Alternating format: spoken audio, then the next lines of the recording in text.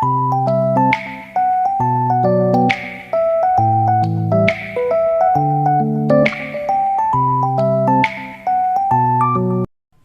Question है, गेसन soft शब्द का क्या अर्थ है? प्लीज बताइए, गेसन सॉफ्ट शब्द का क्या अर्थ है? ए समाज, बी समुदाय, और सी सामाजिक समूह, और डी संस्था। इसका सही आंसर क्या होगा? तो इसका सही आंसर है ए समाज। गेसन सॉफ्ट और गेमिन सॉफ्ट जो है जर्मन भाषा का शब्द है, और जिसका प्रयोग टॉनीज ने समाजशास्त्र में क्रमशः समुदाय और समाज के रूप में किया है। समाजशास्त्र में क्रमशः जो है इन्होंने अपनी रचना गेमिन शास्त्र और गेबरशास्त्र में बतलाया है कि आधुनिकीकरण बढ़ने के साथ तार्किकीकरण की प्रक्रिया द्वारा समुदाय यानी गेमिन शास्त्र धीरे धीरे समाज यानी गेसरशाफ्ट का रूप धारण कर लेता है। इस कोयले के अनुसार निम्नलिखित में से कौन सा प्राथमिक समूह नहीं है? प्लीज बताइए। ए परिवार, बी राजनीतिक दल, सी पड़ोस, और डी मित्र मंडली। इसका सही आंसर क्या होगा? तो इसका सही आंसर है बी राजनीतिक दल। क्योंकि प्राथमिक यानी समूह जो होता है यानी प्राइमरी ग्रुप और आत्मदर्पण यानी लुकिंग ग्लास के उदाहरणों के रचनाकार चार्ल्स हार्टेन कूले ने समाजशास्त्र में अपनी एक विशिष्ट पहचान अंकित की है। प्रस्तुत पंच की अवधारणा को किसने प्रतिपादित किया है? ए मैकेबर, बी परेटो, और सी मार्टन, डी वेबर। इसका सही आंसर क्या है? इसका सही आंसर है सी मार्टन। प्रस्तुत पुंज की अवधारणा को आर.के. मार्टन ने प्रतिपादित किया। और किसने गरीबी के संस्कृत विचार को प्रस्तुत किया है? ए एस राउंड्री, और बी आस्कर लेविस, सी एवेल स्मिथ, और डी उपरोक्त में से कोई नहीं। इसका सही आंसर क्या होगा? इसका सही आंसर है बी आस्कर लेविस। क्योंकि गरीबी की संस्कृत कल्चर ऑफ पॉवर्टी की अवधारणा का रचनाकार अमेरिकी मानवशास्त्री आस्कर लेविस ने विश्व के समाजशास्त्र और मानवशास्त्र में अपना नाम दर्ज किया, और भारत में भी सन 1951 में आए और पश्चिमी उत्तर प्रदेश के गांव रामपुरा का अध्ययन किया। नेक्स्ट है, सामाजिक मानकों एवं मूल्यों को सामाजिक व्यवस्था के संस्थापक तत्वों के संगठन भाग के रूप में किसने माना है? प्लीज बताइए, सामाजिक मानकों मूल्यों को सामाजिक व्यवस्था के संस्थात्मक जो है तत्वों के संगठन भाग के रूप में किसने माना है?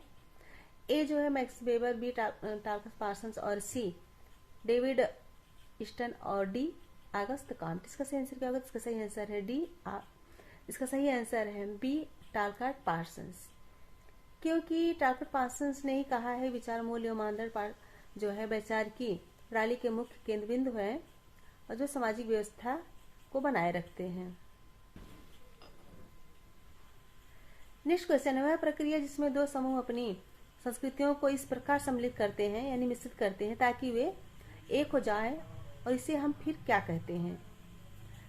ए परसंस्कृतिकरण, और बी एकीकरण, और सी आत्मसातकरण, और डी सहयोग। इसका सही आंसर क्या होगा? इसका सही आंसर है सी आत्मसातकरण।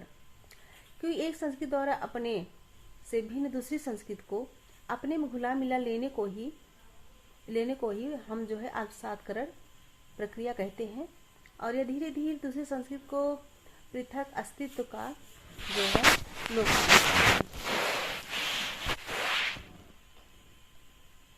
नेक्स्ट है बाह्य समूह की अवधारणा किसने दी थी? ए.सी.एच. कोले, और बी ए.सी. मेयर, और सी जो है आर.के. मार्टन, और डी डब्ल्यू.सी. समनर। इसका सही आंसर क्या होगा? इसका सही आंसर है डी डब्ल्यू.सी. समनर। एनसीईआरटी कक्षा 11 की पुस्तक समाजशास्त्र में उद्धृत है कि विलियम ग्राम समनर ने ही अपनी पुस्तक लोक रीतियाँ जनरीति यानी फोकवेज में दो प्रकार के समाज समूहों का वर्णन किया है और अंतर समूह तथा बाह्य समूह का विस्तार से बताया है। और समनर ने ही अपनी पुस्तक फोकवेज में केवल अंतर समूह की अवधारणा का ही जिक्र किया था। नेक्स्ट है सदृश्य दर्पण सिद्धांत के प्रतिपादक कौन है? प्लीज बताइए, सदृश्य दर्पण सिद्धांत के प्रतिपादक कौन है? ए जे.एच. मीड, और बी मार्केट मीड, और सी चार्ल्स कोले, और डी अगस्त कांट। इसका सही आंसर क्या होगा? इसका सही आंसर है सी चार्ल्स कोले। क्योंकि प्राथमिक समूह दर्पण लुकिंग ग्लास की अवधारणा और रचनाकार चार्ल्स कोले ने ही माने जाते हैं। नेक्स्ट है समाज में समाजीकरण एक प्रक्रिया है ए पठन पाठन की, बी निर्देश देने की, और सी सीखने की, और डी साथ जुड़े रहने की। तो इसका सही आंसर क्या होगा? तो इसका सही आंसर है सी, सीखने की। क्योंकि समाजीकरण एक सामाजिक या मनोवैज्ञानिक प्रक्रिया है जिसके द्वारा समाज जो है, समाज में रहना और उसके सक्रिय सदस्य बनना सीखते हैं। और इस प्रक्रिया में समाज के मानदंड एवं मूल्यों को साथ साथ अपनी सामाजिक भूमिकाओं, पति पत्नी, माता पिता, मित्र, नागरिक आदि के संपादन करने की जो कला होती है, उसको सीखने संबंधी बातें जो हैं सम्मिलित होती है। इसलिए समाज में समाजीकरण को सीखने की प्रक्रिया कहते हैं। नेक्स्ट है, प्रत्यक्ष सहयोग एवं अप्रत्यक्ष सहयोग की अवधारणा किसने दी? तो प्लीज बताइए, प्रत्यक्ष सहयोग एवं अप्रत्यक्ष सहयोग की अवधारणा किसने दी है? ए आगमन एवं निकाफ, और बी अर्नाल्ड ग्रीन, और सी इमाइल दुर्खिम, और D R A MacIver and C H Page. इसका सही आंसर क्या होगा? इसका सही आंसर है D R A MacIver and C H Page ने। क्योंकि मैकाइबर एवं पेज के सहयोग को दो भागों में बांटा गया है, प्रत्यक्ष और अप्रत्यक्ष सहयोग। जब दो या दो से अधिक व्यक्ति अथवा समूह समान उद्देश्य के लिए एक दूसरे का सहयोग करते हैं, मिलकर सहयोग करते हैं, समान कार्य करें, और प्रत्यक्ष सहयोग उसे ही हम कहते हैं। नेक्स्ट क्वेश्चन है, निम्नलिखित में से कौन संगठन प्रतिस्पर्धा और संघर्ष दोनों पर आधारित है? प्लीज बताइए, निम्नलिखित में से कौन संगठन प्रतिस्पर्धा और संघर्ष दोनों पर आधारित है? ए एक नातेदार संगठन, बी एक धार्मिक संगठन, और सी एक औद्योगिक संगठन, और डी एक सजातीय संगठन। इसका सही आंसर क्या होगा? तो इसका सही आंसर है सी, एक औद्योगिक संगठन। एक औद्योगिक संगठन में प्रतिस्पर्धा और संघर्ष दोनों होता है, क्योंकि प्रतिस्पर्धा और संघर्ष के बिना किसी औद्योगिक संगठन का अनुरक्षण होना असंभव होता है। निम्नलिखित में से कौन सा समाज प्रतिस्पर्धा प्रभावित है? फिर से सुनिए, निम्नलिखित में से कौन सा समाज प्रतिस्पर्धा प्रभावित है? ए एक जनजातीय समाज, और बी एक ग्रामीण समाज, और सी प्रवासियों का समाज, और डी एक उत्तर औद्योगिक समाज। इसका सही आंसर क्या होगा? तो इसका सही आंसर है डी, एक उत्तर औद्योगिक समाज। नेक्स्ट क्वेश्चन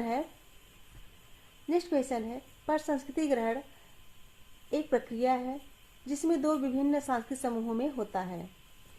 एक सांस्कृतिक समूह उन पर सांस्कृतिक प्रतिमानों को प्राप्त करता है और जो दूसरे समूह द्वारा छोड़ दिया जाता है, और बी है एक समूह द्वारा नए सांस्कृतिक प्रतिमानों को प्राप्त किया जाता है, और सी जो है एक समूह द्वारा नए सांस्कृतिक प्रतिमानों को प्राप्त किया जाता है, और संभवतः दोनों समूहों के द्वारा, और डी है उपरोक्त में से कोई नहीं। इसका सही आंसर क्या होगा? तो इसका सही आंसर है सी, एक समूह द्वारा नए सांस्कृतिक प्रतिमानों को प्राप्त किया जाता है, और संभवतः दोनों समूहों के द्वारा।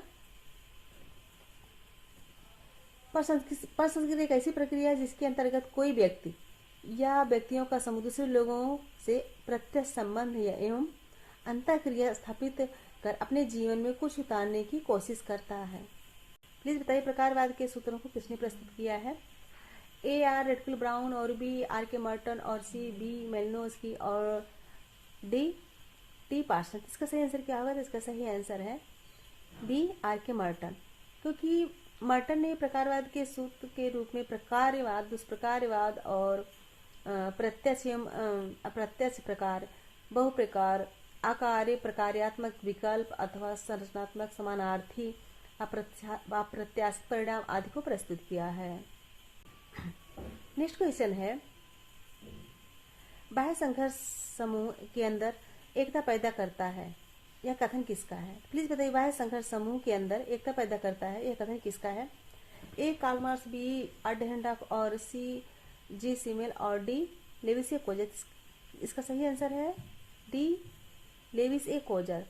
लेविस ए कोजर ने संघर्ष को बाह्य एवं आंतरिक दो भागों में विभाजित किया है, और कोजर के अनुसार बाह्य संघर्ष एक समूह द्वारा किसी दूसरे समूह या पर थोपा जाता है, जबकि आंतरिक संघर्ष जो होता है किसी समूह द्वारा अपने सदस्यों को नियंत्रित करने के लिए प्रतिबंध लगाता है।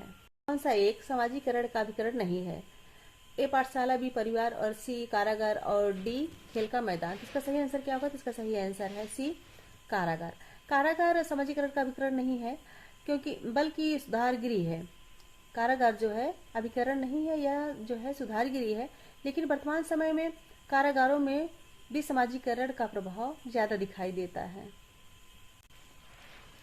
नेक्स्ट क्वेश्चन है, मॉडर्नाइजेशन ऑफ इंडियन ट्रेडिशन नामक पुस्तक के लेखक कौन है? M S Srinivas, B Yogesh Atal और सी योगेंद्र सिंह और डी एस.सी. दुबे। इसका सही आंसर क्या होगा? इसका सही आंसर है C Yogendra Singh. Modernisation of Indian tradition जो है पुस्तक के लेखक योगेंद्र सिंह है और भारतीय परंपरा को स्पष्ट करने के लिए उन्होंने कहा है कि ऐसे मानक मूल्य जो आधुनिकीकरण एवं पूर्व भारतीय समाज को संगठित बनाते हैं, और उनके अनुसार परंपरा के 4 प्रकार बताए हैं। नेक्स्ट है, सामाजिक विकास और सामाजिक प्रगति के बीच किसने भेद प्रस्तुत किया है? ए हर्बर्ट स्पेंसर और बी टी.बी. बोटोमोर और सी इमानुएल दुर्खिम और डी एल.टी. हॉबहाउस। इसका सही आंसर क्या होगा? इसका सही आंसर है डी एल.टी. हॉबहाउस। क्योंकि एल.टी. हॉबहाउस ने एक प्रारंभिक ब्रिटिश समाजशास्त्री और सामाजिक दार्शनिक थे। एल.टी. हॉबहाउस जो है एक दार्शनिक और जो है समाजशास्त्री थे, और स्पेंसर की भांति हॉबहाउस भी विकासी दर्शन के समस्त विद्वान थे।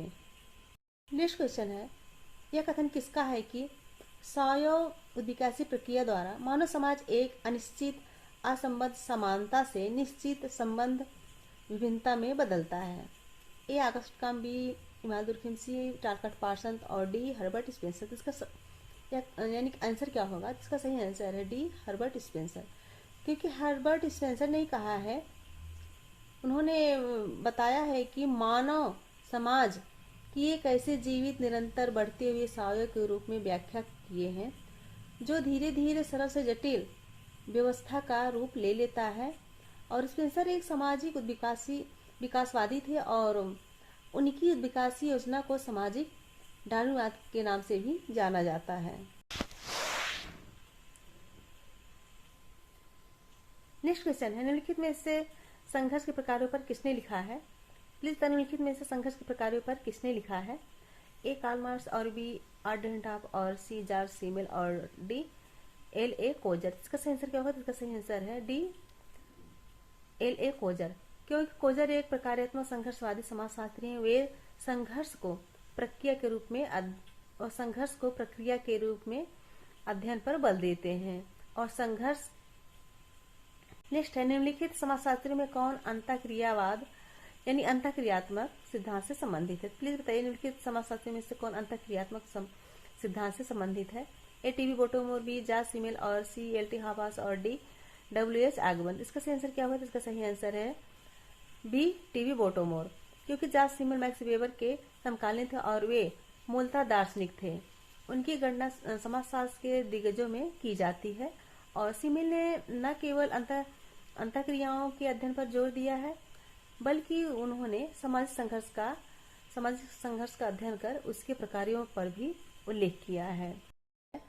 कार्ल मैनहीम का आइडियोलॉजी एंड यूटोपिया पुस्तक जो है किस उपागम का प्रतिनिधित्व करता है? तो प्लीज बताइए। ए प्रकारवादी उपागम, बी जो है मार्क्सवादी उपागम और सी जो है प्रकारवादी एवं मार्क्सवादी उपागम और डी वेबरवादी उपागम। इसका सही आंसर क्या होगा? तो इसका सही आंसर है सी प्रकारवादी एवं मार्क्सवादी उपागम।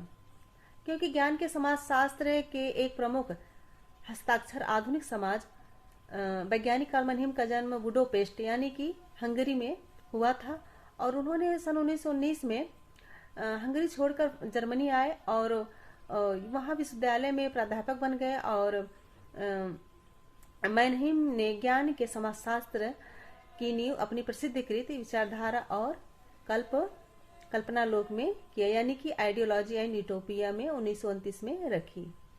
नेक्स्ट है, किसने उद्विकास के सिद्धांत को अंततः वैज्ञानिक स्तर तक पहुंच बताया है? तो प्लीज बताइए किसने उद्विकास के सिद्धांत को अंततः वैज्ञानिक स्तर तक पहुंच बताया है?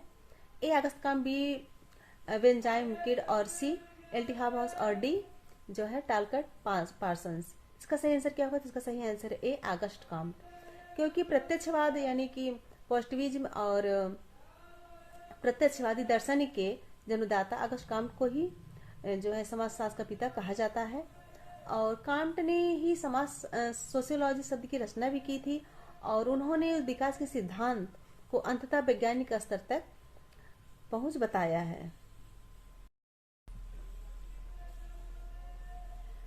नेक्स्ट है समाज एवं सामाजिक संरचना का प्रकारवादी दृष्टिकोण सबसे पहले किसने जो है अभिव्यक्त किया? ए दुर्खेम, बी पार्सन्स और सी मर्टन और डी स्पेंसर। इसका सही आंसर क्या होगा? इसका सही आंसर है डी स्पेंसर, क्योंकि समाज शास्त्र में सामाजिक संरचना की अवधारणा का प्रथम प्रयोग जो है हर्बर्ट स्पेंसर ने अपनी पुस्तक the principle of sociology British समाज द प्रिंसिपल ऑफ सोशियोलॉजी में किया, और ये जो है ब्रिटिश समाजशास्त्री हैं। नाडल के मतानुसार निम्नलिखित में से कौन एक सामाजिक संरचना का उत्पत्ति स्थान है? तो प्लीज बताइए। ए परिस्थिति व्यवस्था और बी भूमि व्यवस्था और सी सामाजिक व्यवस्था और डी जबकि व्यवस्था। इसका सही आंसर क्या होगा? इसका सही आंसर है बी भूमि व्यवस्था, क्योंकि प्रसिद्ध समाजशास्त्री रेटक्लिफ ब्राउन के निकट सहयोगी रहे हैं और ब्रिटिश मानवशास्त्री सिगमंड फ्रायड फ्रेडरिक नॉडल ने अपने विशिष्ट संरचनावादी सिद्धांत से जो है मानवशास्त्र और समाजशास्त्र दोनों को प्रभावित किया है, और उनके अनुसार भूमिका व्यवस्था समाज संरचना का उत्पत्ति स्थान है। नेक्स्ट है लेवी स्ट्रास ने इस बात पर बल दिया कि विनिमय के प्रतिमान विनियमित होते हैं। ए एक समाज के मानकों एवं मूल्यों द्वारा, बी एक समाज की संरचनाओं एवं प्रकारों द्वारा, और सी एक समाज की आर्थिक व्यवस्था द्वारा, और डी एक समाज की राजनीतिक व्यवस्था द्वारा। तो इसका सही आंसर क्या होगा? तो इसका सही आंसर है ए एक समाज के मानकों एवं मूल्यों द्वारा, क्योंकि संरचनात्मक मानव शास्त्र के प्रणेता तथा 20वीं शताब्दी के अत्यंत प्रखर एवं सैद्धांतिक रूप से उद्भिद फ्रांसीसी दार्शनिक मानव शास्त्री क्लास लेवी स्ट्रॉस ने मुख्य रूप से भाषा, मिथक और भाषा शास्त्र तथा नातेदारी संबंधी जनजाति समाजों के अपने अध्ययनों के लिए जाने जाते हैं।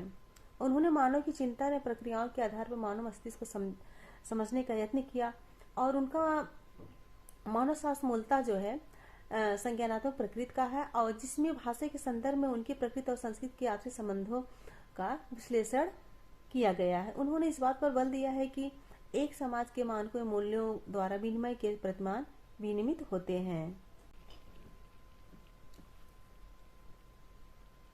नेक्स्ट क्वेश्चन है द हिस्ट्री ऑफ सेक्सुअलिटी नामक पुस्तक किसने लिखी है?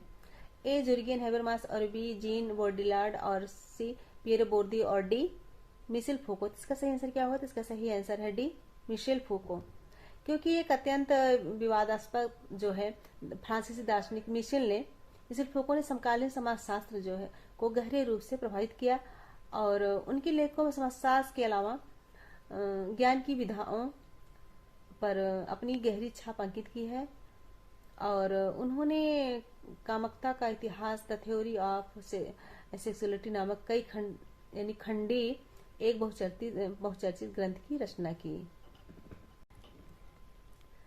नेक्स्ट क्वेश्चन है निम्नलिखित में से समाजशास्त्र की कौन सी शाखा व्यक्तियों द्वारा प्रतिदिन की क्रियाओं का कार्य अर्थ लगाने के लिए प्रयोग किए गए सामान्य बुद्धि परक पद्धति का प्रयोग करती है? तो फिर से सुनिए, निम्नलिखित में से समाजशास्त्र की कौन सी शाखा व्यक्तियों द्वारा प्रतिदिन की क्रियाओं का अर्थ लगाने के लिए प्रयोग किए गए सामान्य बुद्धि परक पद्धति का प्रयोग करती है? ए प्रघटना शास्त्र, बी निजात पद्धति शास्त्र, और सी जो है उत्तर आधुनिकता, और डी प्रतीकात्मक अंतःक्रियावाद। इसका सही आंसर क्या होगा? तो इसका सही आंसर है बी निजात पद्धति शास्त्र। नेक्स्ट है डेहनडार्फ का संघर्ष का सिद्धांत किस पर पूर्णतया आधारित है? ए सत्ता के संबंधों पर, और बी वर्गों के संबंधों पर, और सी जातियों के संबंधों पर, और डी प्रजाति संबंधों पर। तो इसका आंसर क्या होगा? तो इसका सही आंसर है सत्ता के संबंधों पर, क्योंकि डेहनडार्फ ने संघर्ष के संरचनात्मक कारणों को ढूंढने का यत्न किया है, और उनके अनुसार मात्र आर्थिक संबंध ही संघर्ष का कारण नहीं है, अपितु सत्ता शक्ति के संबंध भी संघर्ष को जन्म देते हैं। नेक्स्ट क्वेश्चन है structure and function in primitive society पुस्तक के लेखक कौन है? ए एंथोनी गिडेंस, और B Michel Foucault, C George रिडजर, और डी ए आर रेटक्लिफ ब्राउन। इसका सही आंसर क्या होगा? इसका सही आंसर है डी रेटक्लिफ ब्राउन, क्योंकि मैनलोस समकालीन सुप्रसिद्ध ब्रिटिश मानवशास्त्री जो है अल्फ्रेड रेटक्लिफ ब्राउन रहे हैं, और दोनों ही अपनी प्रकार वादी विचारधारा के लिए जाने जाते हैं। ब्राउन पहले व्यक्ति थे जिन्होंने स्नातक छात्र में कैम्ब्रिज विश्वविद्यालय में मानव शास्त्र का प्रशिक्षण लिया और अध्ययन के लिए ब्राउन ने तुलनात्मक परिप्रेक्ष्य को अपनाया। इस संक्षेप में उनकी प्रसिद्ध पुस्तक जो है structure and function in primitive society जो है 1952 में विशेष रूप से आई और यह जो है सुप्रसिद्ध हो गई। नेक्स्ट है निजात पद्धति शास्त्र की विषय वस्तु है। ए सामाजिक घटनाओं का अर्थ और बी जो अंतःक्रिया की प्रक्रिया जिसके द्वारा अर्थ संप्रेषित एवं अंतः संप्रेषित होते हैं और बी अंतःक्रिया सी वे माध्यम जिनके द्वारा कार्य संप्रेषित एवं अंतः संप्रेषित होते हैं और डी उपयुक्त में से कोई नहीं। इसका सही आंसर क्या होगा? तो इसका सही आंसर है डी उपयुक्त में से कोई नहीं, क्योंकि निजात पद्धतिशास्त्र का अर्थ उन विधियों या नियमाचारों के अध्ययन से है जिन्हें लोग सामाजिक विश्व को समझने के लिए प्रयोग करते हैं। शाब्दिक रूप से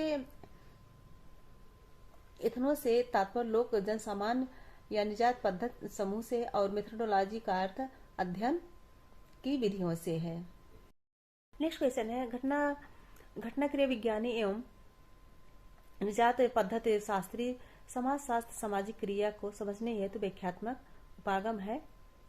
ए समाज के दृष्टिकोण से और बी भावात्मक ऊर्जा के दृष्टिकोण से और सी व्यक्ति के दृष्टिकोण से और डी सामाजिक यानी कर्ता के दृष्टिकोण से। इसका सही आंसर क्या होगा? तो इसका सही आंसर है डी सामाजिक कर्ता के दृष्टिकोण से, क्योंकि घटना क्रिया विज्ञानी एवं निजात पद्धति शास्त्री समाज शास्त्री सामाजिक क्रिया को समझने हेतु जो है व्याख्यात्मक उपागम है जो सामाजिक कर्ता के दृष्टिकोण से यथार्थता को व्यक्त करती है। गिडेंस के संरचनात्मकता सिद्धांत के अनुसार निम्नलिखित में से कौन सा सही है? ए सामाजिक संबंध संरचित होते हैं, बी ए तथा समय यानी बी जो है क्या कहते हैं समय और स्थानीय परिप्रेक्ष्य में और सी संरचनित संबंध द्वयामी संरचना के परिणाम है और डी संरचना व्यक्तियों की बनी होती है। इसका सही आंसर क्या होगा? तो इसका सही आंसर है डी संरचना व्यक्तियों की बनी होती है, क्योंकि ग्रेट ब्रिटेन के सर्वाधिक चर्चित आधुनिक सामाजिक सिद्धांतकार एंथोनी गिडेंस की गणना जो है आजकल विश्व के गिने चुने सर्वाधिक प्रभावशाली और सिद्धांतकार में की जाती है, क्योंकि गिडेंस संभवतः अपने नवनिर्मित जो है संरचनाकरण यानी स्ट्रक्चरेशन के सिद्धांत के लिए जाने जाते हैं